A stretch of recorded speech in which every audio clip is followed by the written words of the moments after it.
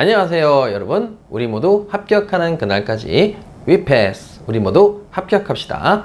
자 여러분, 이번 시간에는 여러분들하고 법인의 불법행위 능력 요쪽 파트를 보도록 할게요.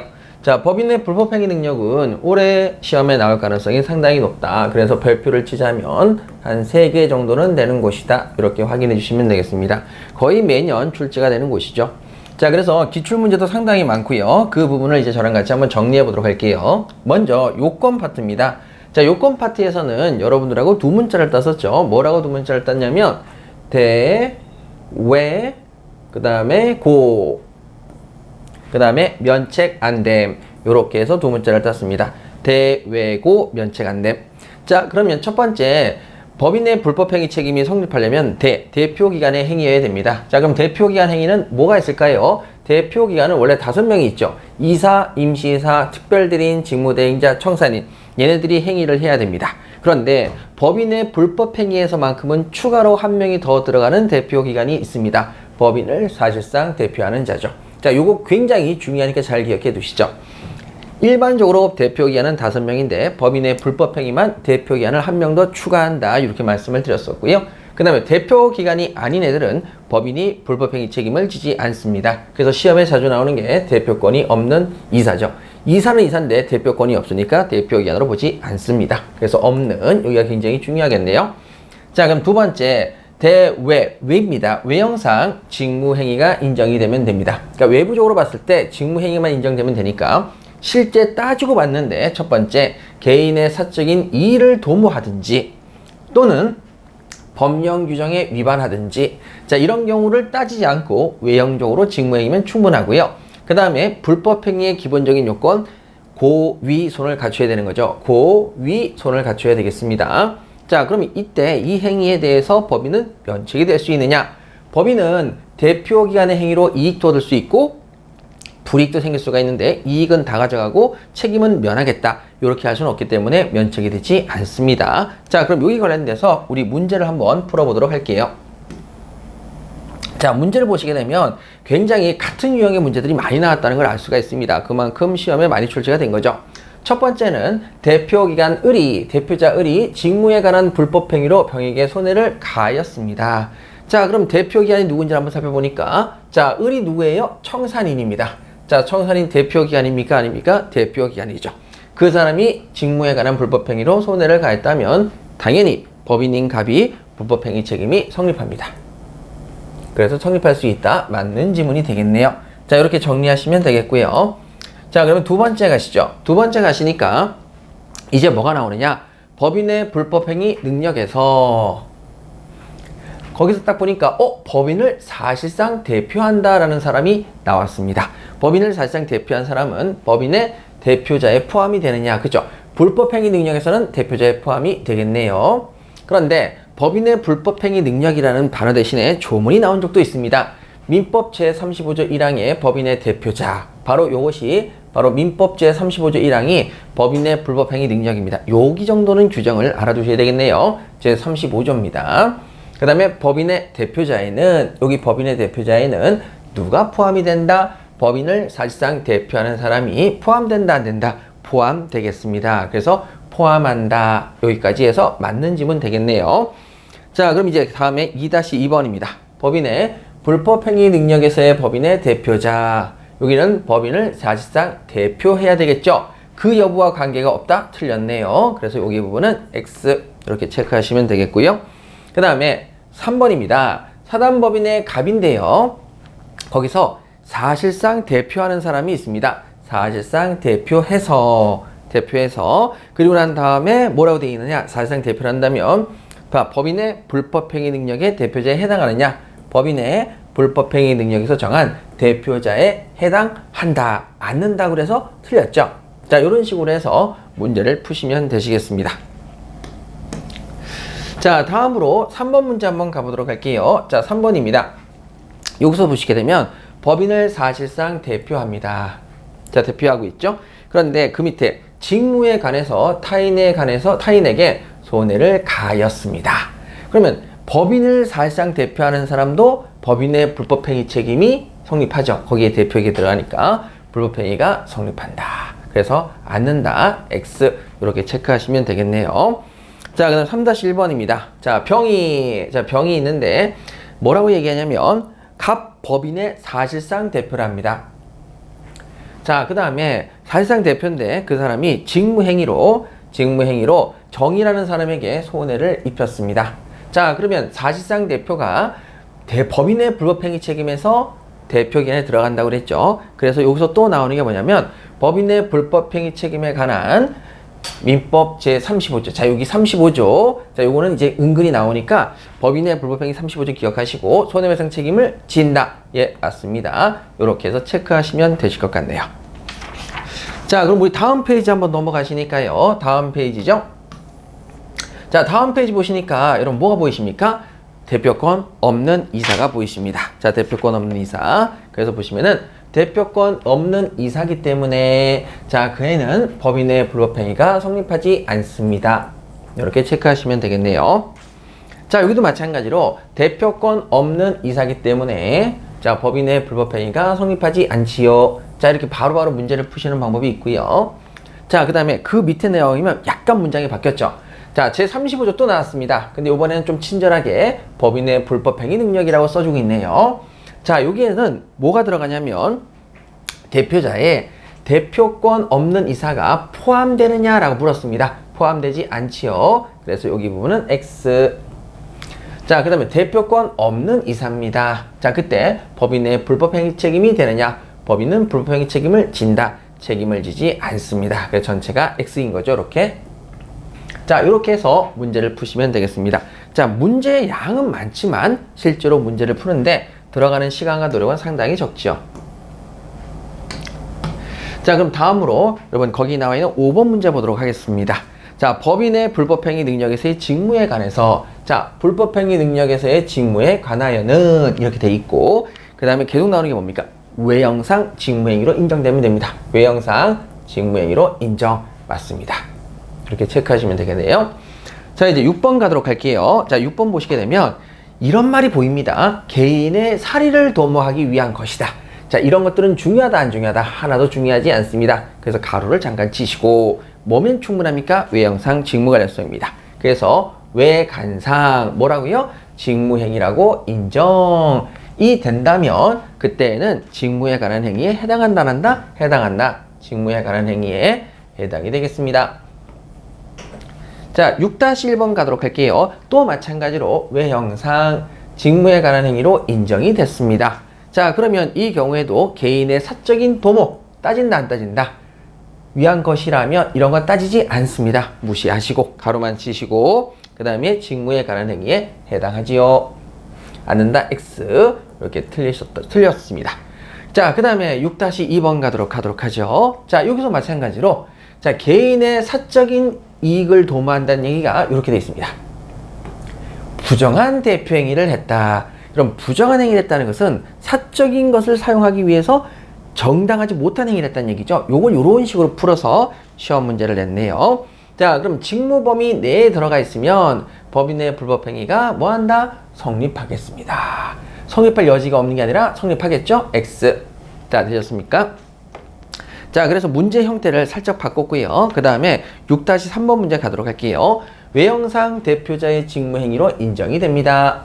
자, 그럼 또 마찬가지죠. 개인의 사적인 이익 도모, 개인의 이익을 도모하기 위한 것이다.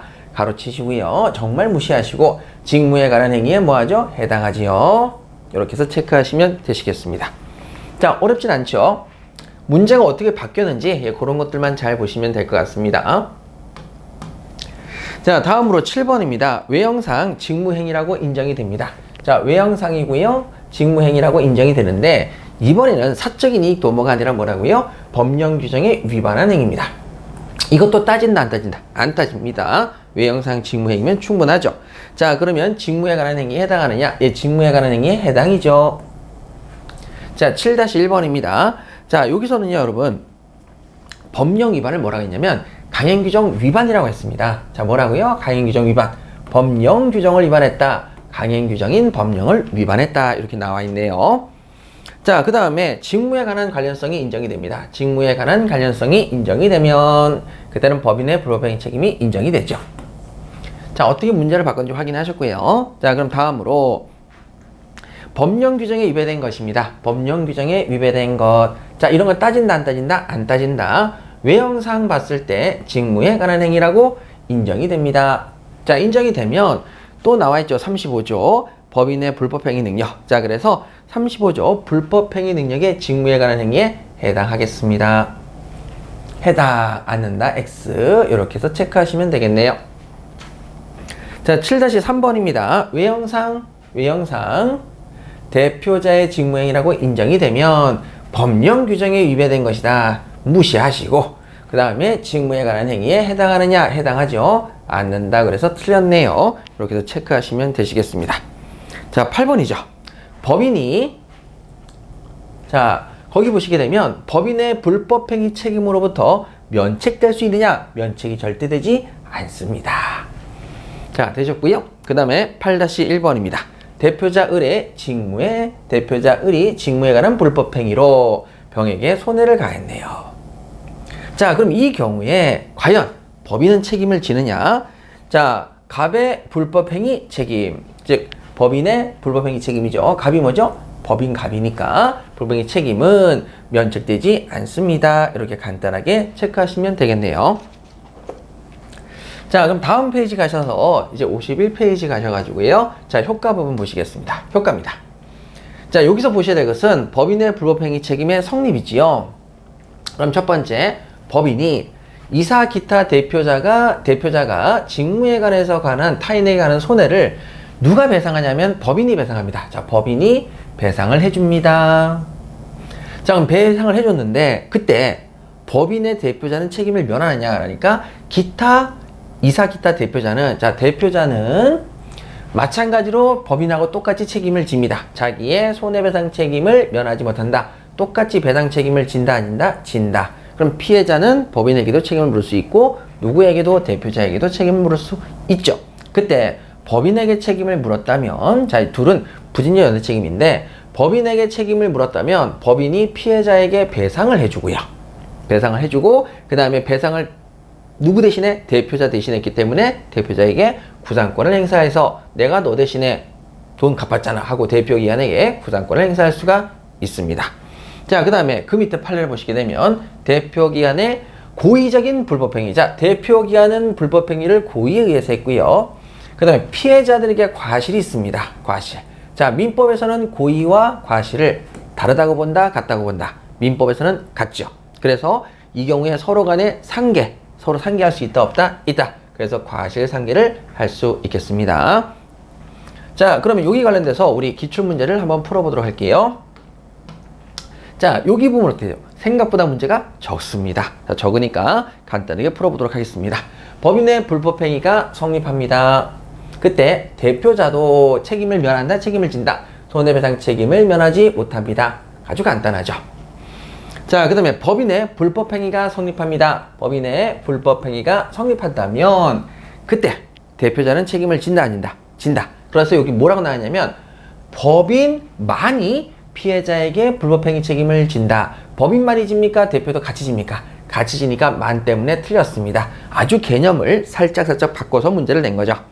자, 그 다음에 법인의 불법행위 책임이 성립합니다. 그래서 성립했죠? 그러면 그 옆에 대표기관은 손해배상 책임을 면한다? 면하면 안 되죠? 같이 책임을 져야 되니까 X 되겠습니다.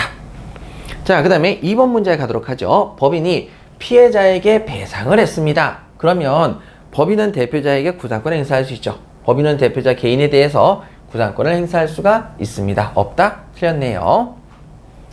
자, 그럼 다음 문제. 갑이 누구냐면 병에게 손해를 배상했다. 갑이 누구죠? 법인 갑입니다. 그리고 병은 누구죠? 피해자인 병에게 손해 입혔죠. 병은 손해를 입은 사람입니다. 그때 배상을 하면 갑은 을에게 구상할 수 있느냐? 을이 누구죠? 대표자 을이죠. 을에게 구상할 수 있습니다. 맞는 지문. 자, 그 다음에 법인의 불법행위 책임은 과실상계법리가 적용되느냐? 법인의 불법행위 책임은 자, 손해배상이니까 과실상계법리가 적용이 되지요. 않는다. 틀렸습니다. 이렇게 정리하시면 되겠고요. 자, 다음으로 우리 52페이지 가셔서 마무리할까요? 자, 52페이지 한번 봐보시죠. 자, 52페이지. 대표자의 행위가 직무에 해당하지 않습니다. 그래서 직무에 해당하지 않았는데 외형적으로 봤을 땐 직무로 보이지만 실제는 직무가 아니었던 거죠. 근데 그 사실을 피해자가 외형적으로 직무로 보이지만 얘는 직무행위가 아니라는 것을 알았거나 또는 중대한 과실로 알지 못했을 때에는 그때는 법인에게 책임을 물을 수 없습니다. 법인은 손해배상 책임을 지지 않지요. 그럼 법인이 책임을 안 지면 누구한테만 책임을 물을 수 있는 거죠? 대표 기관에게만 손해배상 책임을 묻습니다. 근데 자, 직무에 관한 행위에 해당하지 아니했는데 그것을 자, 피해자가 앓은 게 아니라 몰랐고 중대한 과실이 아니라 경과실, 즉 앓은 것도 아니고 중과실이 아닐 경우에는 가벼운 과실일 때에는 그때는 법인에게 책임을 물을 수 있지요. 그래서 법인에 대해서 손해배상 책임을 물을 수 있습니다. 자, 그래서 요거 중과실인지 경과실인지 요거 확인해 주시면 되겠고요. 자, 그럼 다음으로 법인의 목적 범위 외입니다. 자, 목적 범위를 벗어났으니까 권리 능력을 벗어나서 법인은 책임을 지지 않습니다. 그럼 누가 책임을 진다고 그랬죠? 법인은 손해배상 책임을 지지 않으니까 가장 중요한 포인트는 찬성하거나 집행한 사원, 이사, 기타 대표자가 연대해서 배상 책임을 지면 되겠습니다. 이렇게 정리하셨고요. 자, 이제 문제를 좀 풀어보도록 할게요. 자, 이제 문제 한번 가보도록 할게요. 직무행위에 해당하지 않았습니다. 직무에 관한 행위에 해당하지 아니함을 누가 피해자가 자, 알았거나 또는 중대한 과실로 알지 못했다면 그때는 법인에게 책임을 물을 수 없습니다. 법인에게 손해배상 책임을 물을 수가 없다. 이렇게 정리하시면 되겠네요.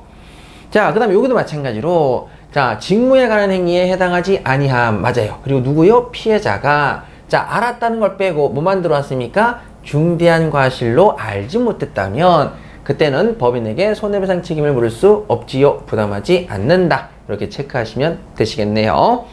자, 그 다음에 그 밑에 1-2입니다. 똑같습니다. 직무에 관한 행위에 해당하지 아니합니다. 자, 근데 누가 그걸 몰랐다고요? 피해자가 그냥 모른 게 아니라 중대한 과실로 알지 못했습니다. 그러면 법인에게 불법행위 책임을 물을 수 없는 거죠. 법인에게 불법행위 책임을 물을 수 있다? 아, 물을 수 없습니다. 물을 수 없네요. X. 자, 전체가 X 되겠습니다. 이렇게 정리하시면 되겠네요. 자, 그 다음에 이제 2번 문제 가도록 할게요. 자, 2번 가시니까 중과실입니까? 경과실입니까? 이제 경과실이죠. 그래서 직무에 해당하지 아니함 나와 있고 피해자가 중과실도 아니고 그 다음에 악의도 아니고 알고 있는 것도 아니고 경과실로 알지 못했다면 그때는 법인에게 손해배상 책임을 물을 수 있습니다. 됐죠? 자, 그럼 다음 밑에 보시게 되면 직무에 해당하지 않습니다. 또 누가요? 피해자가 경과실로 알지 못했습니다. 자, 그러면 법인에게 불법행위 책임 물을 수가 있죠. 법인의 불법행위 책임은 성립합니다. 않는다의 X 이렇게 체크하시면 되겠네요. 자, 그러면 그 밑에 3번입니다. 법인의 목적 범위 외 행위로 자, 목적 범위를 벗어난 외 행위니까 법인은 책임을 지지 않고 어떤 사람이 진다고 그랬죠? 의결에 찬성하거나 또 뭐한 사람? 집행한 사원, 이사, 기타 대표자가 연대해서 배상 책임을 집니다. 맞네요. 그런데 여기 나와 있는 3-1번 문제를 보시죠. 법인의 목적 범위 외라는 말을 뭐라고 바꿨죠? 법인의 권리력을 벗어나는 행위라고 했습니다. 벗어나. 목적이 범위를 벗어나니까 권리력이 없는 거죠. 자, 그때는 누가 책임을 지느냐? 바로 찬성하거나 찬성이 없습니다. 자, 그럼 집행. 보니까 집행한 사람이 있습니다. 집행이 있죠. 그 다음에 대표자가 있는데 대표기관 여기 나와 있죠. 얘는 책임을 부담한다, 부담하지 않는다. 부담해야 되겠죠? 않는다, X. 자, 이런 식으로 해서 우리가 법인의 불법행위 능력은 전부 다 정리를 마쳤습니다.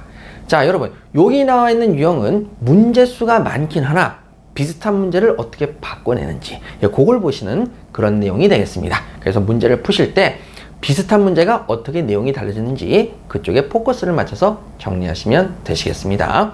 여러분, 수고하셨습니다.